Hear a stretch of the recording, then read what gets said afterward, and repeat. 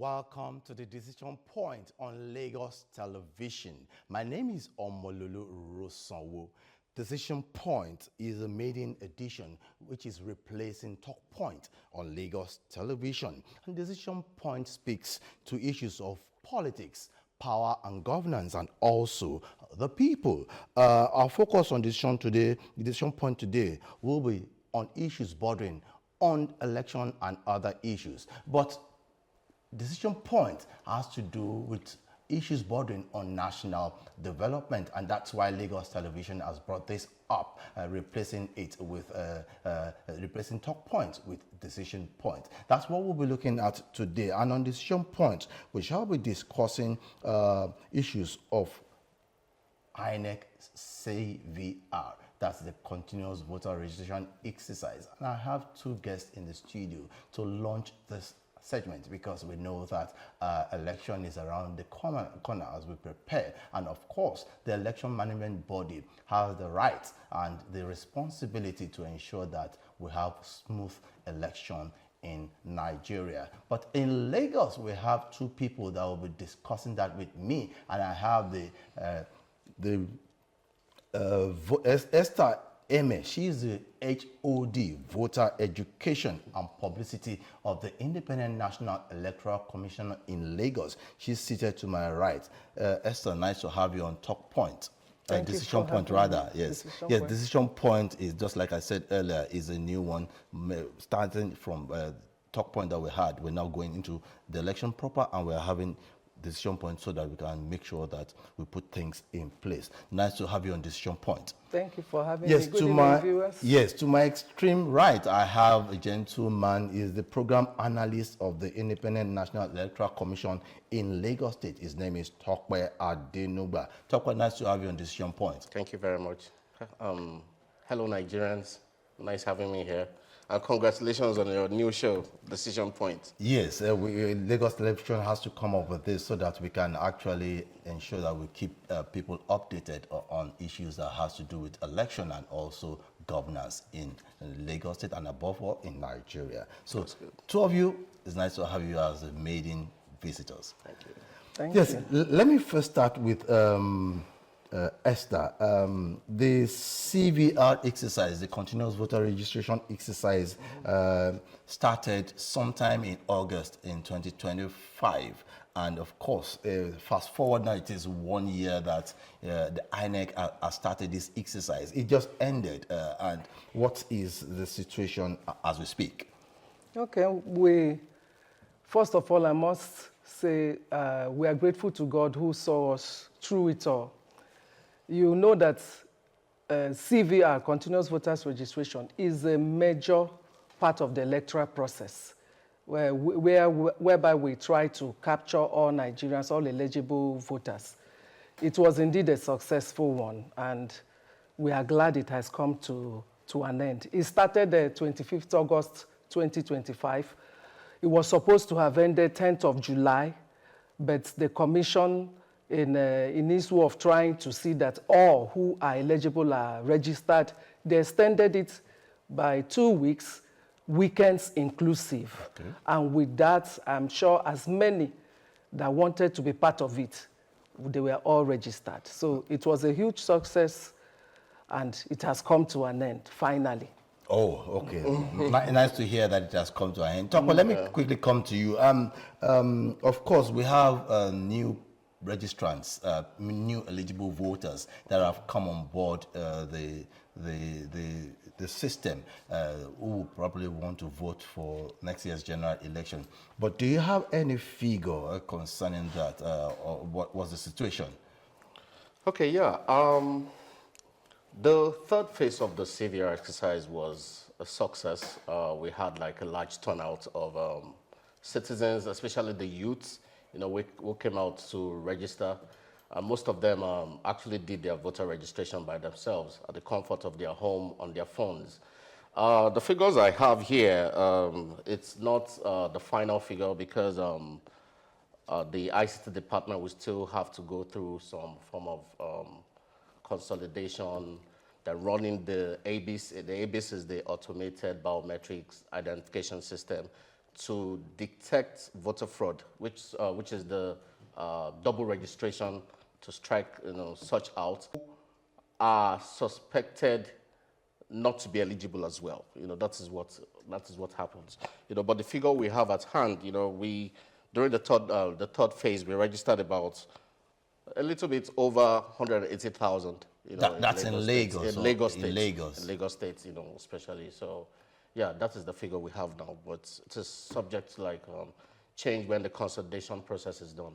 Okay. Yes. Let me ask you, Esther. What's the process like?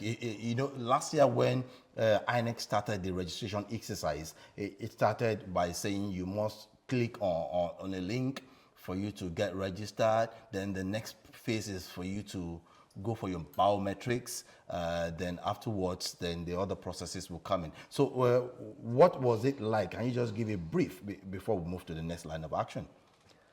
Well, the turnout, as concerned, like he said, the pre-registration got us having more young people who are tech savvy. That's the population that you have more people who understand how to use a form or how technology works. So we had a large turnout, and also, like if you remember when I was here the last time, you asked me for my last words, and I asked Nigerians to take advantage of the registration season, that they shouldn't wait for the dying minute. But trust Nigerians, the same thing repeated, that in that extension, the upsurge, there was, each local government had so many people on ground waiting to be registered. So that was the situation. In terms of success, it was a huge success, because having people who are working, who could take advantage of the weekends, that was a plus for us as a commission. But on the side of challenges, the weather also played a role, because sometimes you find out that our registration area officers, due to rain that might bring about hold up, not that they won't go there, the issue is about timing. Then that upsurge was another thing. Nigerians just like, when there is pressure. Those were the experiences we had. That's just the summary of the whole thing. But as for being seamless, it was a smooth exercise. Okay, yes, if I may want to agree with you that it is a smooth exercise, but definitely there must be certain challenges that you observed in the course of registering and things like that. Tokpa, can you just give us a brief on that? Okay, so yes, there were challenges, but there were challenges that were able to be managed, based on the fact that there was a surge, and the large turnout of people who came out to register.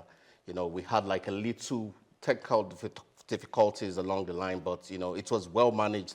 It's just the banks and other private industries too. They faced some form of downtime as well.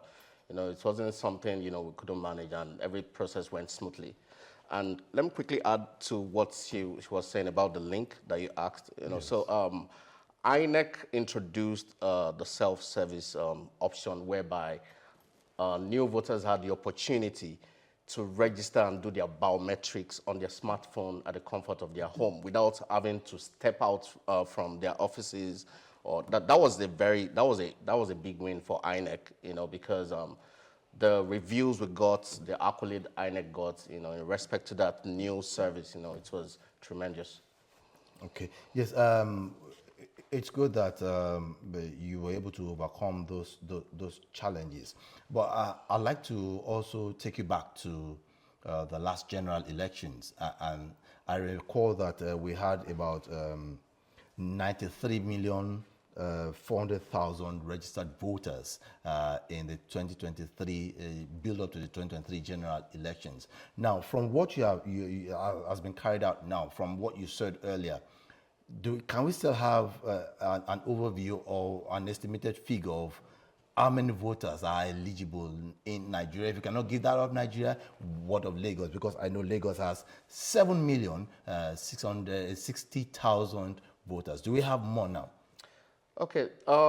that particular information is not available to me right now. Okay. You know, when it's available, we'll share with the media, you know, at due time. Okay, so you're telling the public now that you're still collating. Yes, the because new- the system, the CVR, the CVR comes in like phases. Okay. You know, after the completion of a voter exercise, you know, it goes through something we call the consolidation, whereby the ABIS, which is the Automated Biometrics Identification System, scans through the data collected during the voter registration. You know, so that is what I'm saying. Once the figure is available, it will be made public, like we always do. Transparency. Okay. Well, Emeh, Esther, what was the next line of action now? Because the CVR exercise is completed, and Nigerians will say, okay, what is the next line of action? And I know that you issued a statement that has to do with objection and claims. So what is the next line of action now?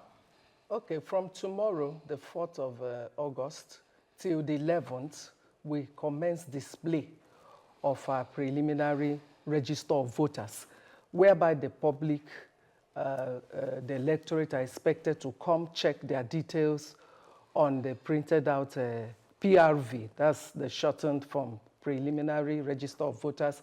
And there we enter into what we call claims and objection, whereby as they view it, if they get to see their details, they check whether everything is correct, whether the names are well spelled, whether their date of birth are in order, and every other thing as concerning them. Then that's claims. Then objection is if you see somebody who you feel was not up to 18 or was not eligible to be registered or who is late, you can come up with evidence and meet us, because we have revision officers that will be at the centers, at the local government, to collect whatever claim, whatever evidence that you have, and it will be taken up, because such names should be removed and corrections made as per claims by the electorate who come to view the PRV. Temitope, you're the program analyst. Anything to this? Yes, adding to the objections of the claim of the objections exercise, it is an opportunity for citizens who have loved ones who are late to deregister their loved ones on their voter register. Because we get a lot of questions, like oh, my father is late or my mom is late, and they still see their photograph on election day. So this is an opportunity, just come to the INEC local government office, with a death certificate, you just need to prove that that particular person is late, and we process the rest. I need you to repeat that. You said when is that exercise, the objections and claims when it's supposed to start and when it's supposed to end, and what time should they get to their local governments and where? Okay, so claims and objections begins tomorrow, 4th of August 2026, and ends 11th of August 2026 between 9 a.m. and 3 p.m. daily. So it is going to be happening at the 20 local government offices across Lagos State. Okay. Yes. Okay. So any Lagos resident or eligible Lagos resident can go to his or local government. So the resident needs to go to the local governments where they are registered to vote. That is where their information comes out from on the PRV. Okay. So take for instance, I register in Ikeja now, right? So if I want to go check my name, where do I go to? Do I go to Ikeja local government or I go to INEC office? Because I know INEC has office in Ikeja. Okay. So you go to the INEC office Ikeja, which is at inside Central Primary School, behind Archbishop Binin, GRA. Okay, by the police command? Yes, by the police command, exactly. Okay, what of other local governments? Because some would say, okay, if I don't get to go to INEC office in Yaba, which is the headquarters of INEC in Lagos, where do I go to? Display is only done at the local government offices, because that is where people are registered to vote. So if, for example, now, let me say this: if you registered in Ikeja to vote in Surulere, to check your information on the PRV, you have to go to the INEC office in Surulere. Okay. Do you understand what I'm saying? You have to go to the INEC office in Surulere to check your information. Anybody that has moved his voting place from Ikeja. Take, for instance, if I move my voting place from Ikeja to Surulere. So if I want to go check my name now, I'll go to Surulere to check it, right? Okay, so or what? A point of correction, the display of the PRV only applies to new voters. Okay. New voters only. Not, like the voter transfer, it has gone, through like some stages of approval, especially when you do it on your phone. You see the approval stages, comes in your email. So those people are not, they are not involved in the claims and objections exercise. Okay. It is strictly for new voters, people who registered as a new voter, people who have never registered before, but registered for the first time. Okay, Esther, this situation... But let me add yes, that, okay, you can, yes. that even if, let's say I live in Lagos and I register to vote in Abia State, okay. it's in that the local government covering the area that I want to register that I should go to check for my details on the PRV. It won't be, that is why we're talking of consolidation, because it will not be here with Lagos, even though it was done in Lagos. Okay, Yes. but you would have indicated that you're voting in Abia. Yes. So you now move to Abia. The details will be... At that local government in Abia to Yes, check. exactly. Yes. Okay, what in situations where you have multiple registrations, what happens? I'm going to come to you talk about, but Esther, when you have multiple registrations, what happens? Because there have been complaints on this and you see multiple pictures, multiple names, and they're still on the register. Okay, that is the essence of this, one of what it intends to achieve, this display of preliminary, preliminary register of voters. Okay. So, and from what Tokbe has said too, when they run the abyss on all the collected data, it's going to strike out because what it does is to detect fraud. Those who are trying to cheat the system by having multiple, maybe in several locations in Lagos, for instance. So when they run that abyss through all the collected data, what it does is that it strikes off double registration. Any name, any detail detected twice is struck out. Because by the time we get to the collection of PVC, you will see complaints of, I did not get my card. One of the reasons that it happens so is that because we already have the person's details on our portal and the person failed to cheat the system by telling us, oh, I have never registered before, and does it one more time, the abyss will strike it out and the person will not have any card. So that's the punishment now. No card, no voting for anybody that does double registration. Yes, but in situations, yes, I like to stay on the side of the people. But in situations where you have same name or same names in 2 or 3 places. Okay. You understand? How do you get that done? Remember, do you have the same, and there are different pictures. Let's assume you have Femi Abdullahi Nnamdi in a polling unit. Okay. And you move to another polling unit, probably 3 streets away, and you still have Femi Abdullahi Nnamdi. How do you detect? Through, remember the biometrics. Okay. The facial, the fingerprints, they are never the same. Okay. So the abyss in such a way that it will detect that though they are the same name, but they are not the same people because their fingerprints will not be the same and the face, of course, will be different, even though the same name. Okay, so that's where the DNA comes in, or what do you say? That's what the biometrics comes in. Okay. Yes. Okay. Can you shed more light on that? Yes, the biometrics, people have a unique fingerprints. 2 people can have the same fingerprint. It is used for a form of identification all over the world, including your international passport, NIN, whatever you want to do. A lot of things you do now requires your biometrics, just for like a secure data as well. So if you have people with the same name, it is not possible for ABs to strike out one person because they have the same name. Okay. But 2 people can have the same biometrics. That's just the conclusion of it. Okay, so that's how you can actually. Yes, that is what ABs does. Okay. Yes. Now let's move to what you call the display of the form EC9. Okay. What is form EC9? Nigerians want to know what is form EC9 and what does it do? Okay, form EC9 is just form filled to actually show the credentials, the qualification of all vying candidates, all aspiring candidates for the different posts. Like presently, on 1st of August, the ones for presidential and the National House of Assembly, that's House of Representatives and the Senate, where their credentials were collated, their qualifications were collated, and they are being displayed in their various constituencies or in the various local government. That's if it's for presidential, but if it's constituency, in the various local governments that the constituency covers.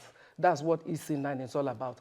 And the electorate, the public, they're expected to go there to view them, to see that every one of us, they are projecting the right qualifications. There's no fake qualification, because if any fake, or you know how some people are, is dictated, they can take it up with INEC and then take the person to court that this person is claiming, let's say for instance, claiming a degree or whatever thing that he does not have.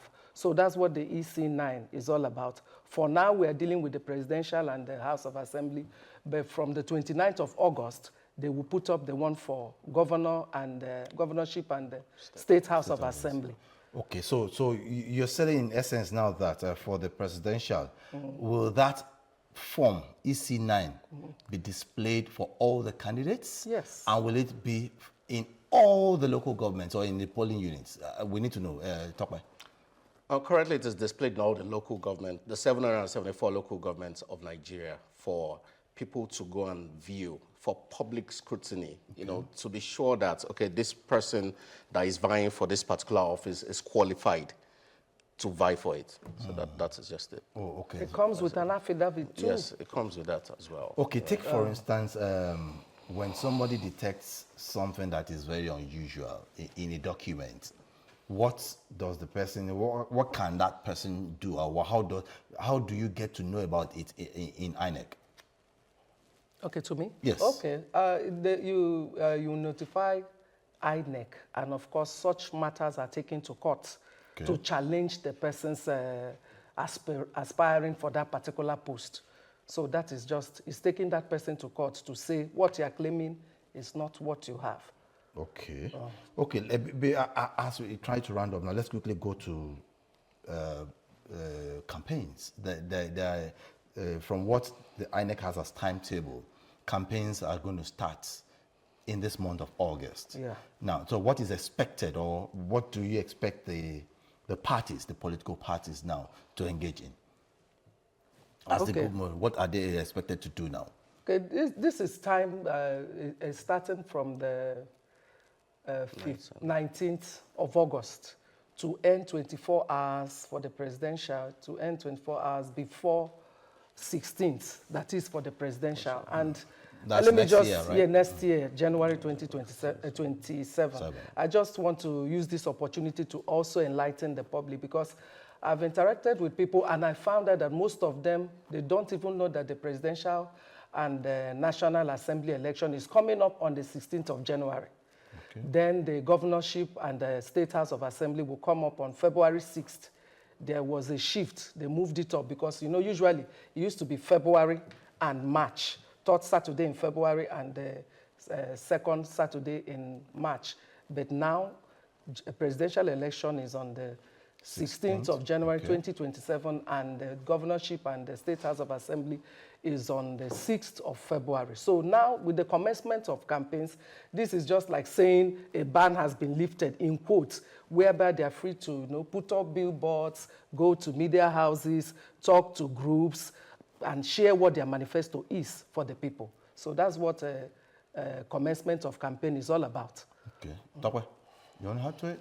No, I said it all. Yes, as we round up now, what's your advice? Because we know that, just like you said now, that people are not too informed about some things that they should do. Now, for what is expected of any new eligible voter that has just registered now to do, in a nutshell, before we round up? Okay, so let me talk about that. Okay, so what I'm just going to tell the young ones, you know, excited to vote, you know, during the next election, is to make sure they pick up they collect their permanent voters card when the collection exercise begins. You know, they've done the bulk of the work by coming to the registration center to register, or whether doing it on their phone. They've done like half of the job. To complete the job is to go out there to pick up their PVC when the collection exercise starts, you know, and go out to vote on election day. That's just Okay, yes, I'm afraid time is not on my side or on our side again, but I want to thank you, Esther Emeh, the head of Department, Voter Education and Publicity of INEC in Lagos. Thank you for coming on top point, decision point. Thank you for it's a having while me. we're going to adjust to it. Yeah. And also I want to thank you, Talk by Adenuga, Assistant Chief Program Officer and also a Public Affairs Officer with INEC in Lagos. Thank you for coming on. Thank you very much, and congratulations again. Yes. Congratulations. Yes, that's why we are here at Lagos Television to further ensure that we give I'm sure we'll be information. here again. Yes, you will come here because you're very key to whatever we're doing in this system. Thank you for coming again on Talk Point. Thank you On for that having note, us. we have come to the end of Decision Point, the maiden edition, and we want to assure you that we will always bring you information that will actually make you get ready or get prepared for the 2027 general elections. Remember, 767 and 112 are still the lines to always call in times of emergency. Stay out of trouble. Ensure that you be part of those that will elect the president and other elective officers that will make Nigeria get better. I am Omololu Rosso. See you on Wednesday.